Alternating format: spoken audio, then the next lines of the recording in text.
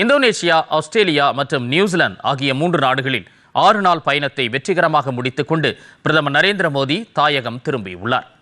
அப்பயணத்தின் முதற்கட்டமாக இந்தோனேஷிய அதிபர் பிராபோவோ சுபியாந்தோவின் அழைப்பின் பேரில் கடந்த 6ஆம் தேதி முதல் 8ஆம் தேதி வரை அந்நாட்டில் பிரதமர் மோடி சுற்றுப்பயணம் மேற்கொண்டார். இந்த பயணத்தின் போது இந்தோனேஷிய அதிபருடன் இருதரப்பு பேச்சுவார்த்தைகளை நடத்திய பிரதமர் நரேந்திர மோடி இரு நாடுகளுக்கும் இடையிலான கூட்டுறவில் ஏற்பட்டுள்ள முன்னேற்றங்கள் குறித்தும் ஆய்வு செய்தார்.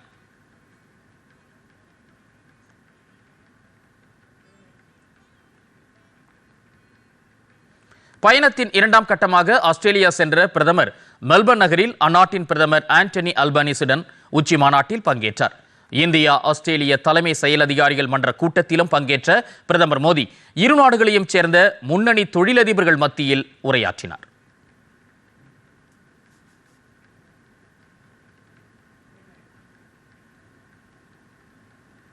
இப்பயணத்தின் இறுதிக்கட்டமாக நியூசிலாந்து பிரதமர் கிறிஸ்டோபர் லக்சனின் அழைப்பின் பேரில் கடந்த 10 மற்றும் 11ஆம் தேதிகளில் பிரதமர் மோடி ஆக்லாந்து சென்றார்.